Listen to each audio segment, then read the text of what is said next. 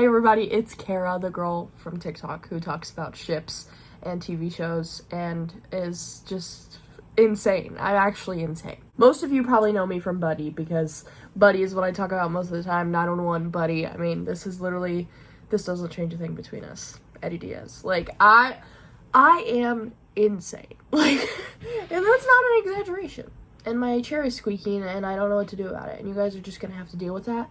We're gonna have to go through the motions together. As a group, as a nation, we're just gonna have to deal with the chair squeakage. So today I'm going to be organizing my favorite ships into which song from You Seem Pretty Sad for a Girl So in Love by Olivia Rodrigo, which one I think fits them.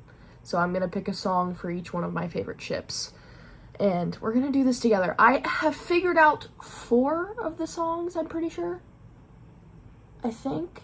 I don't know. My tablet's at 1%. So, just say you want me dead. So first I want to start with Buddy because, duh. That is my hyperfixation ship in this time in my life, and I don't think they'll ever go away. They're always going to be up here. I mean, no ship ever goes away from me. They're always embedded in the parts of my brain that I don't think a lobotomy could get rid of. Okay, so, but I think we're going to start with Buddy. And the song that I have picked for Buddy, because, duh, that's the first ship that I figured out. It took me a while to figure out which song for Buddy I wanted. The 2 that were up for discussion... The 2 that were up for discussion were Stupid Song and What's Wrong With Me. Those were the 2 that were up for discussion for Buddy, but I had to narrow it down to 1. And it was so difficult because What's Wrong With Me is so Buddy, but it's more Eddie Diaz coded. I had to pick Stupid Song. Stupid Song is the song that I picked that I feel like matches Buddy the most, which is really difficult because Stupid Song can fit any of my ships, really. Honestly, all of these songs can fit my narrative for any of my ships that I am obsessing over. I can make anything fit my narrative because I am actually insane. But let's look at the lyrics for Stupid Song, and I'm going to go over a lot of the lyrics on why it fits Buddy to me. So let's do that. Now, just a disclaimer, some of the reasonings for lyrics are going to be so dumb. They're going to be so stupid because, again, it's making me fit my narrative. So if you don't get it, I fear the ones who get it, and the ones who don't. Okay, that's just what I'm going to say. I'm going to say some crazy shit in this video that it's like, oh, well, this lyric means this because this, blah, blah, and it's going to be dumb, all right? But I never claimed to be smart. Starting off in Stupid Song, the part that says, and all the girls at this party are so cool, that's never been a thing that I could do. That, to me, pictures when Buck and Eddie and Robbie were in the club in 907, and Buck is like going off and literally like flirting with everybody. He could get any person he wanted, and then that's when Eddie's like, that's Buck, like it's never been a thing that I can do, but Buck can do it. Like that's what I picture in my head whenever I hear that lyric. And then the lyric, but I can't help but imagine what you say when you speak with me. I mean, that's just so Buddy. Like, there's moments with Buddy, especially like Eddie, whenever Eddie is like looking at Buck or he's waiting for Buck to say what he's gonna say, I'm mostly thinking of 809, which is one of my favorite episodes. I'm thinking of 809 whenever Eddie is like about to open the door to make Buck leave, like at the end of the episode, and then Buck is like, well, I don't know, man, and then he goes into a spiel as like, I'm taking you leaving not as well as I like wanted to. If Gracie was here, they would be able to reenact the whole scene. They have that script memorized. But that part when Eddie is like about to open the door, but then he like looks back, he like turns his head back. That is what I picture. But I can't help but imagine what you'd say when you speak with me. Like, there's so many moments where I feel like Eddie is like, what is Buck about to say right now? What is he about to reveal? Because I am an Eddie Knows truther. So it's like, in these moments, specifically that moment, Eddie is like, what is Buck gonna say? What is he imagining? Like, what is he gonna say? Is he gonna reveal something? Is he gonna confess something? It's something like along those lines, like Eddie hoping for him to say something when he speaks with him. You know what I mean? Yeah, see, I get the vision, but that's all that matters. And the chorus of Stupid Song, come on. You're a spark in the dark and my clothes are caught aflame. They're literally firefighters. They're firefighters. They're firefighters. A flame? Like, you're a spark in the dark. It's hot. I'm hot. It's getting hot. I'm getting hot thinking about Buddy, which is what usually happens. Like, I shouldn't be surprised. And then the next part of the chorus, I'm a car speeding down the boulevard without a brake. I mean, that's literally 913. That's literally 913. Where they drive off, they get drove off the road. Like, run off the road. I'm a car speeding down the boulevard without a brake. So, she wrote this about 913. Okay, right, that's because that's what I heard. And then, I want you more than any stupid song could ever say. I mean, that's just a yearning line in itself. And Buck and Eddie are the definition of yearners. I mean, Buck and Eddie took the pages right out of Jim Halpert's book of yearning, okay? That's what they do for each other. And I want you more than any stupid song could ever say. That's a yearning line. So, obviously, that's Buddy. I'm a thread on your shirt that is coming undone. The firefighter auction. Him ripping open his shirt. And Eddie staring longingly. Like, Eddie staring at him like, oh, I need that. I'm a thread on your shirt that is coming undone. Right. Right! That's Buddy. That's Buddy. Okay? And that's what I think of. That is what I think of. Alright? I can't not think of that. I feel right. I feel wrong. I feel totally insane. I mean... like, that line is totally Eddie yearning for Buck. That line is. For sure. Like, I feel right. I feel so right, but I feel so wrong because of his internalized homophobia and his repression. I feel totally insane. Both of them do the most insane things for each other. These two motherfuckers are so impulsive when it comes to each other. And they do such insane things. So, duh. I feel right, I feel wrong, I feel totally insane. And I'm gonna do stupid things. And I want you more than any stupid song I can ever say. Walking through the park with my head high, past all the college girls and the drunk guys. That is the Nashville crossover whenever they go to the bar. The club, the bar. That's what I think of.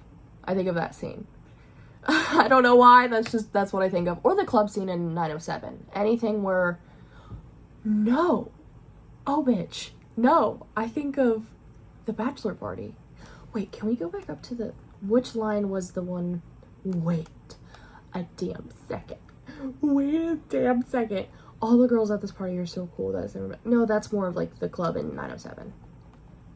New York City's never looked so blue. My friends are smoking blunts in the bathroom. Oh, wait, okay. But like... I'm going crazy. I'm going crazy. I'm going mad. Oh! And then this line, this next line, this one. This is the one. This is the one line in Stupid Song that really made me pick it for Buddy. And that is, and if there is a God, he's the bond that's between us two. That is literally...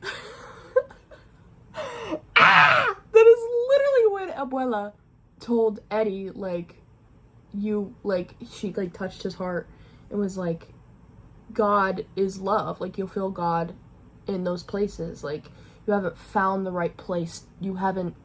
What does she say exactly? I'm so stupid. It's that scene in 905 when Abuela is like, you're looking in the wrong places. And then also the scene where Eddie's talking about how he hasn't been able to get it up, like, do anything with Marisol.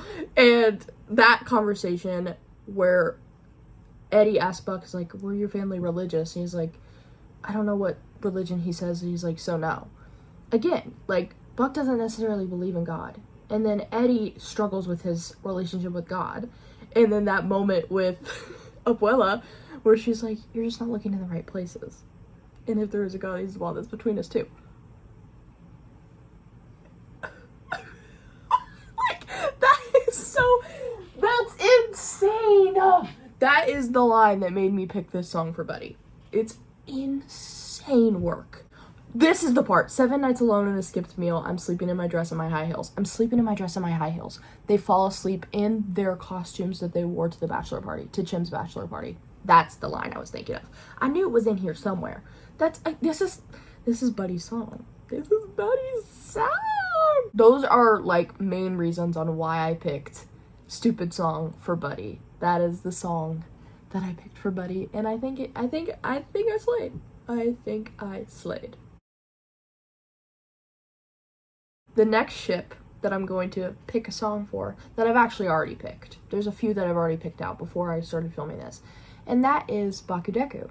Now, I'm sure you can figure out which song on this album is Bakudeku to me, which honestly, a lot of them are, again, because I can make anything fit my narrative, but the one that I just had to pick for Bakudeku is My Way. Like, that is literally, has Bakudeku written all over it. This entire song, My Way, is literally Bakugo's insecurity and his complex of, like, knows he's not better than Izuku. He knows he's not better than Deku. But he puts on this mask that he is.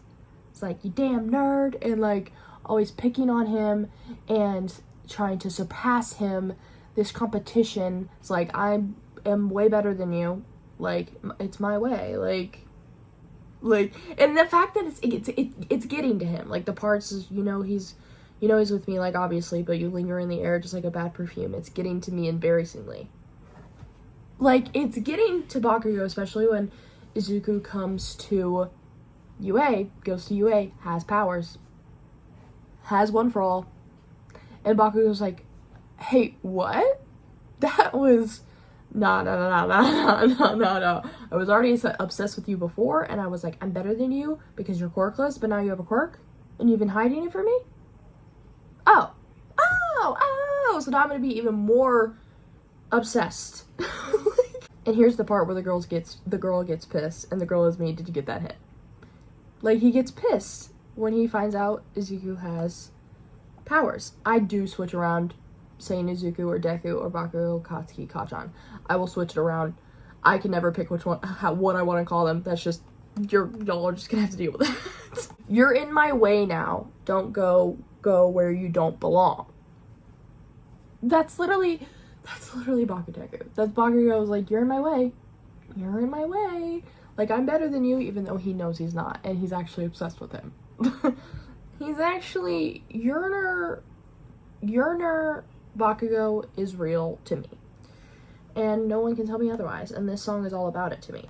Kind of insane how you keep calling, but you never get the message. Like, Izuku is always, Izuku is just always there.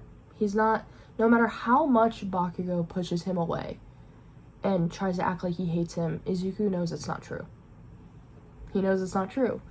You'd be so mean sometimes, and I hate it.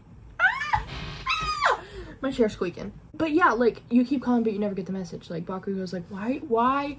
I know he's probably thinking, like, why are you still here?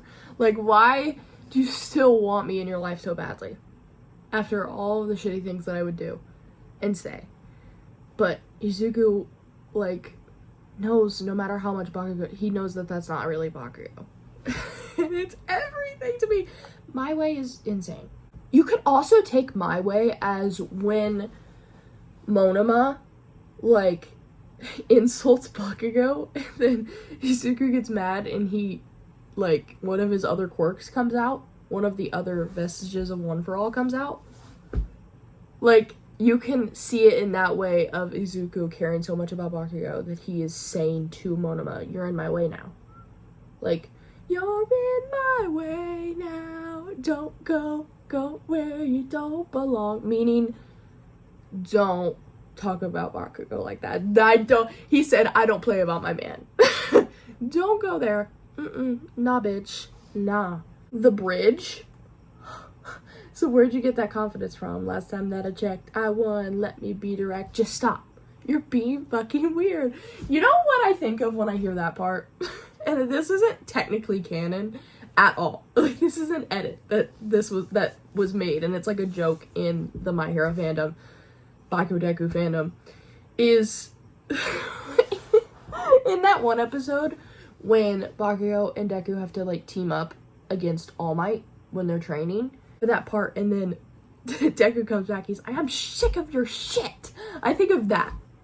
Let me be direct, just stop. I'm sick of your shit. You're being fucking weird. Like, that's what I think of. When I think of that. That is one of the main reasons I picked My Way, which the whole song is very Bakugo, like, and Deku, and their relationship, like, you're in my way now, like, in so many different ways, like, the monoma of it all, and just how Bakugo acts towards Deku for a long time. But that part reminds me of that meme. I could not pick it for that reason. I had to. Like, that's their song. No questions asked. The next ship I'm going to talk about is Ranga, which is Longa and Reki from Skate the Infinity. The gayest shit ever, actually. And the song that I picked for Ranga, which, listen, they're a red and blue ship, which I have two other ships that are gonna be in this that are a red and blue ship, but I feel like personally Ranga fits this song the most, considering they're a red and blue ship, even though there's two other ones that I could have picked for this song, but I feel like they fit this song the best, and I know you could probably understand what I'm about to say. I think Ranga fits the song Purple the best. That is their song, and let me explain. The beginning of Purple, it's funny when your mom shows pictures of you in your school clothes. I think of all of the shots in Skate the Infinity when they show Longa with his picture with his mom, his dad, and him in Canada, right? Snowboarding. That's what I think of. And I just think of that, like, when your mom shows pictures of you in your school clothes. I think of that picture, mostly. Like, because they show that picture a lot because his dad passed away. And that's the picture, the thing that I think about when I hear the first verse of this song. And then this next part of Purple, oh, I cooked on why it fits Ranga so well. Your buzz cut and scrapes on your knees changed, but those I still know. Literally, Longa snowboarded, and then he comes to Japan, back to Japan, and he learns to skateboard. So, the scrapes on your knees, because obviously they're both similar sports, a little bit different. The scrapes on your knees changed. They changed because he used to do snowboarding, but now he does skateboarding. They changed, but those eyes still know because they're so similar, and his brain and his eyes and the muscle memory is still the same. Like, standing on the board and everything. Like, because he knew how to, like, stand on the board, he just wasn't used to the fact that his, like, feet weren't tied to the board. And scrapes on your knees changed, but those I still know. Like, did I cook or did I cook? Did I cook or did I cook? Like, that is actually insane. That is one of the main reasons why I picked Ranga for this song. And then, the part, kissed my neck, made our paths intersect, till two lines formed a circle. Reki and Longa have a handshake, and it changes a little bit towards the end of the series, of the first season. There's gonna be a season 2, they better. But they have a handshake, and what they do is they form an affinity They form can I fucking speak? They form an infinity signal. Signal. What is the word? Sign. God, I'm such a dumbass. They form a infinity sign with their hands whenever they do their handshake. Till two lines formed a circle.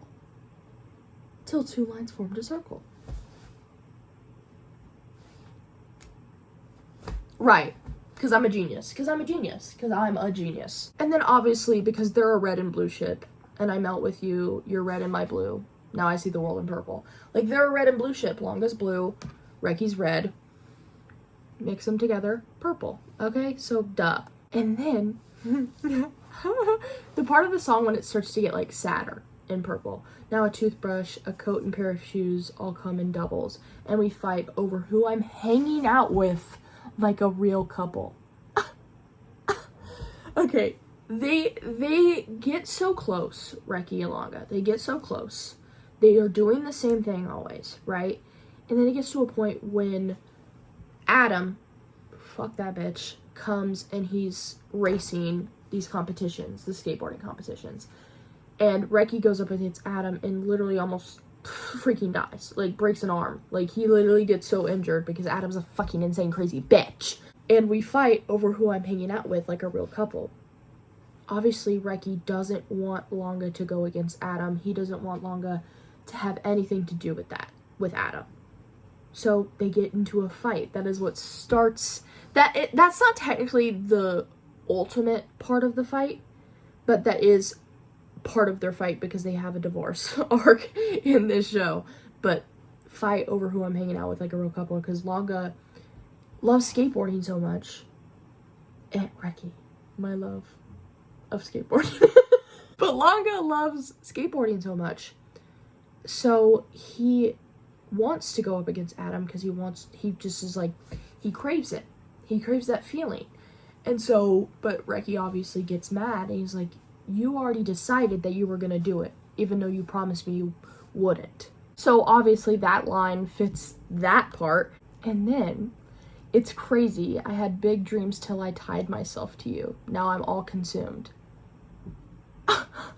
That is literally Reki, because Reki goes through this part, which is the start of the fights, the divorce arc. Longa gets so good at skateboarding, and he sort of like surpasses Reki and how good he is. He learns a lot faster. He's able to skate higher, jump higher, do all these things. And then Reki overhears some guys talking about, like, who's that kid that's always hanging out with Snow? Like, who's that kid that's his nickname. Who's that kid that's always hanging out with Longa? Like, he doesn't even compare to how good Longa is at skateboarding. And so Reki goes through this time where he's really insecure because he's like, I've been skateboarding my whole life and I've been trying and trying and trying, and Longa gets it so easily. But he also has this level of, like, he loves Longa, and he's like, I'm glad Longa's doing good. I want him to do good. And it makes me mad that he doesn't see how good he is, but it also makes me mad that I want to be good, and why is he so good? So there's levels to what he's feeling, his insecurity. I had big dreams, the skateboarding stuff, till I tied myself to you. Until he started being friends with him, and then he starts to feel insecure because of what that person said, and he's like, Longa's so much better than me, but, like, I don't want to be mad at that because he is so good, and he's awesome, and he's amazing, but I'm also insecure because I also have feelings because I've been doing this for so long. Like, I had big dreams, so I tied myself to you! That literally fits it so perfect. It's actually fucking insane. It's insane. And then, like, the last part, melt with you till it all turns black. Are we so in love? Are we too attached? Melt with you until it all turns back. When you smooth it out, but it feels too flat. Melt with you till it all turns black. When you get so close and you can't go back. Melt with you till it all turns back. Melt with you until it just feels sad. That is just, like, that whole part is their divorce. Is, like, their colors, the red and blue, and then they just, like, they're getting pulled apart. And it's, like, that's because of all of the different things going on. And it just all turns black. That's what I think of when I hear that.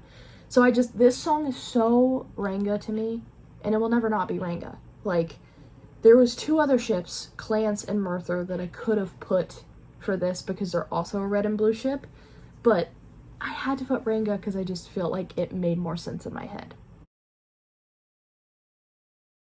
Now, I only have one more song that I have confirmed with the ship.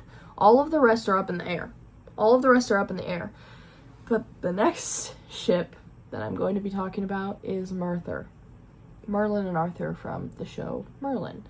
Now, if I cry, you guys are not allowed to get mad at me because that is a sensitive topic. Okay. Fuck. The song that I picked for Merthyr is no other than Cigarette Smoke. Cigarette Smoke is very Merthyr because it's tragic. It's the most tragic song on the album, and that's what Merthyr is. Merthyr is the most tragic, doomed Yowie to ever have Yowied. It's the most tragic, doomed Yowie to ever doomed Yowie, okay?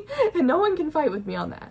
And this song it just gives that. Like, the beginning, the cigarette smoke is a smell that I know. It clings to my clothes and seeps into my bones. Literally, it's Merlin. Fuck, I'm gonna fucking cry. I know I am. Fuck. It's Merlin going on without Arthur. And the lingering of Arthur. Like, that's never gonna go away. Arthur is always gonna be there. Arthur is literally his soulmate. Confirmed. Two sides of the same coin, bitch. And so he's the cigarette smoke. It's the smell that I know, and it clings to his clothes. It clings to everything that is him. It seeps into my bones. Like, it seeps into Merlin's bones. Like, this song is I'm already gonna bring you in now. Now let's get into the pre-chorus and chorus. For Merthyr. Okay. I regret you and how long I stayed. I resent you for not being brave.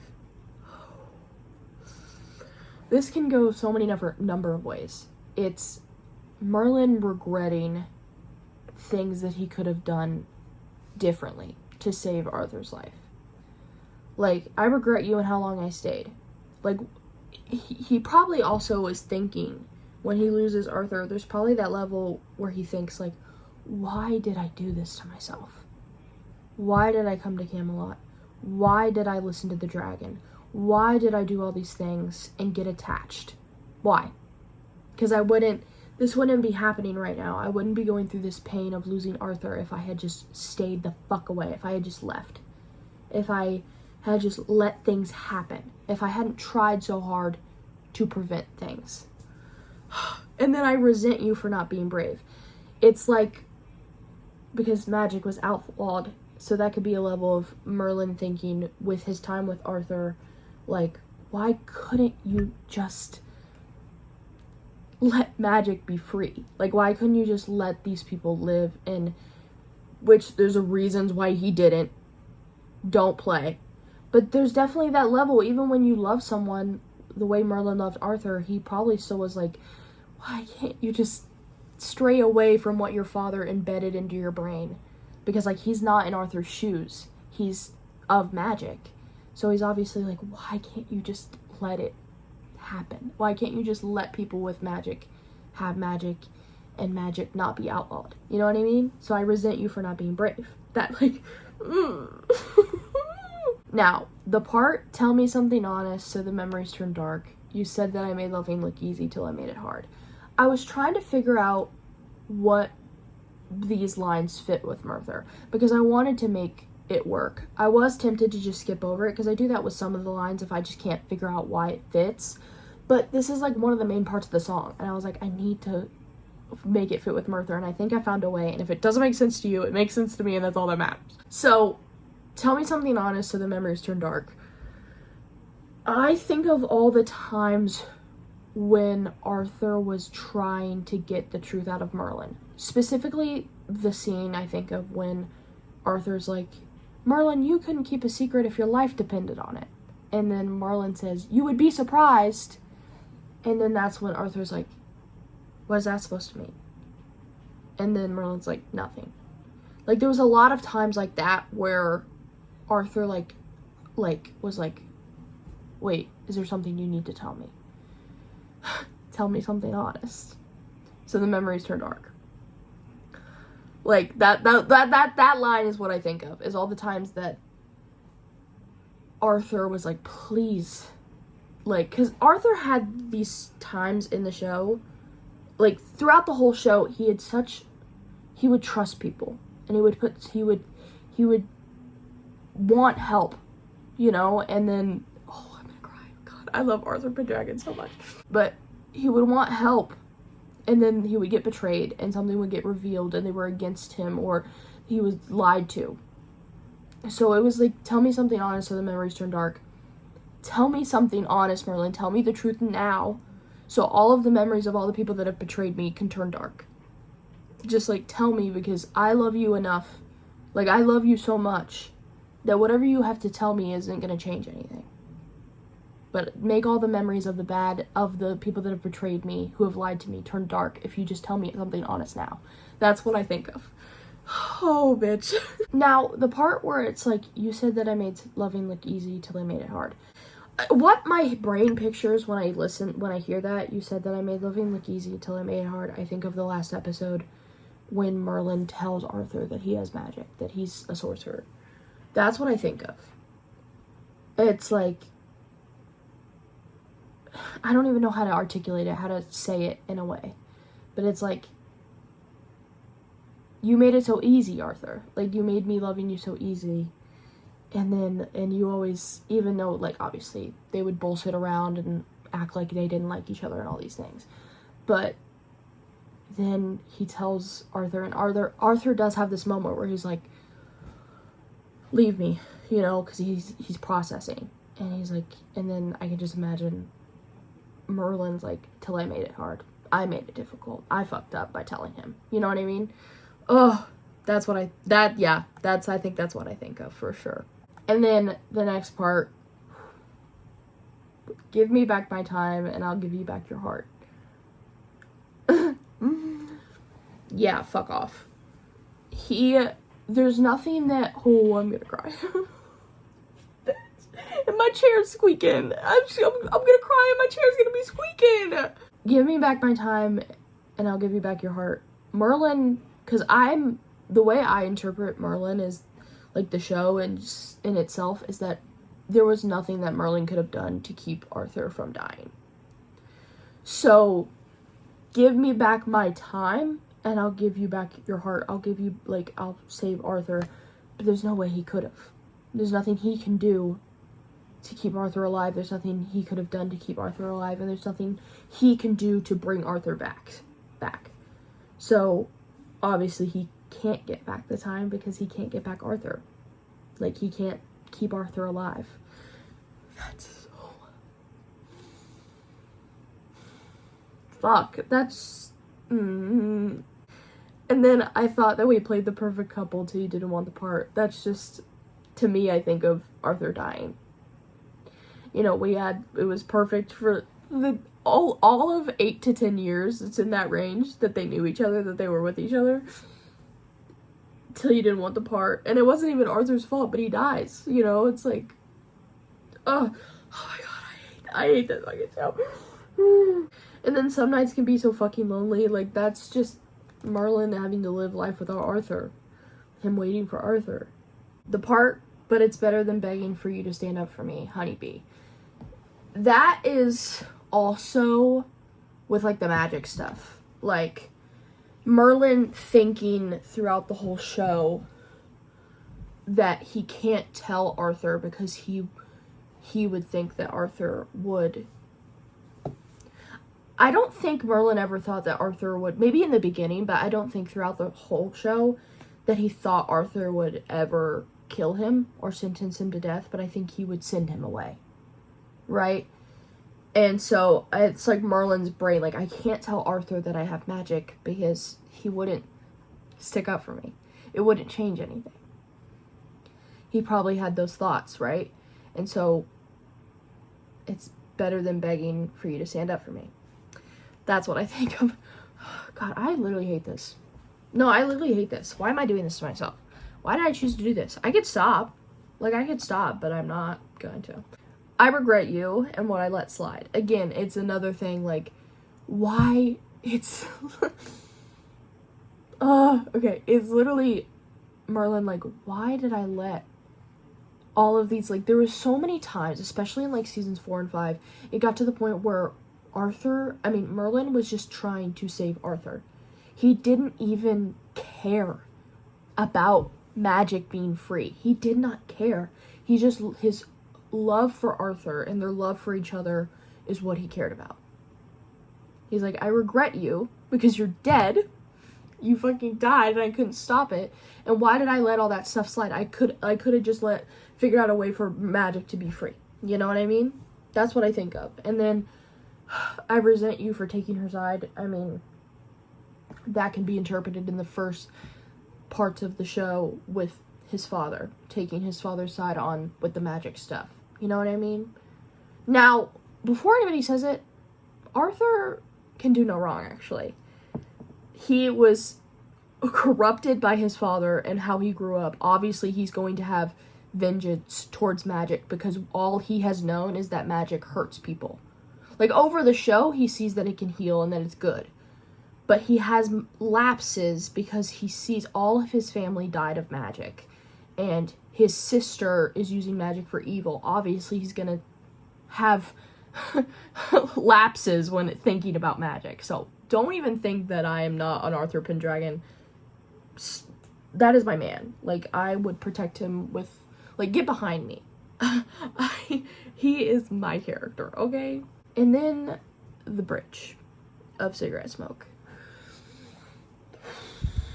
The bridge is very... It's so mean. The bridge is one of the main reasons why I picked this song for Merthyr. It's bone dry, bitter and hollow, you'll be miles away tomorrow.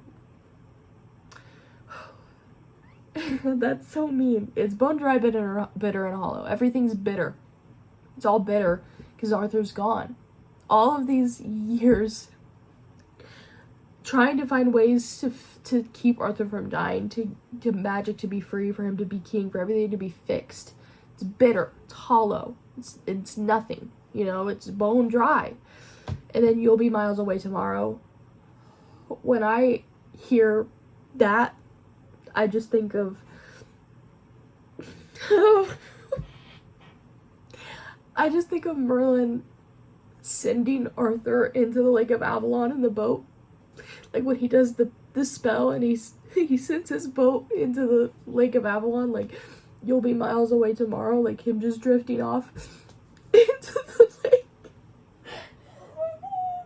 That's what I think of for that. And then, it's bone dry, bitter, and hollow, you'll be miles away tomorrow. Why'd I try at all? Like, that line is so Merthyr. Like, it could just be that line. Like, if I had to pick a line from the album that is these ships, Merthyr would be why'd I try at all? Why'd I even try? Merlin's like, why did I even... Because there was nothing... I did everything that I could. I did everything that I thought I could do. I thought I did it. And Merlin and Arthur still fucking died. And Arthur still died. And magic wasn't, like... Why'd I try at all? And then... It's bone dry, bitter, and hollow. You will never know my sorrow. Is Merlin, like... Arthur will never know what it's like to live without me. Like, it's like a flip, right? Like, Merlin has to live without Arthur. But he's like, you'll never know my sorrow, Arthur. You'll never know what it's like, the living without you pain, you know? Because you died. You died. So, he doesn't know the pain of having to live without Merlin. Fuck, and then why'd I try it all? Again, it's so messed up. It's messed up. And then the end of the song. The end of the song. Tell me something honest so the memories turn dark. Oh, the memories go dark. The memories go dark. The memories go dark. And it's like falling. The memories go dark. Is me picturing Merlin going throughout life and he starts to forget things. He starts to forget Arthur and everything, which I don't want to believe that because that bitch has magic and he can do a spell where he can remember everything. That's my truth. But like, if for the sake of the song, it's like the memories going dark. Him growing older, time going on, so much more time going on without Arthur that he starts to forget everything. The memories are going dark. Arthur's face is going dark and all these things are going dark. I need to stop. I think we can cut it. I think we can wrap it up. I need to buy a gun. Like, Cigarette Smoke is Merthyr's song, and I will take no arguments. There was no other pick for Merthyr on this album besides like Honeybee. That was the only one that I could think of, but Cigarette Smoke is Merther's song, and it's sick and twisted.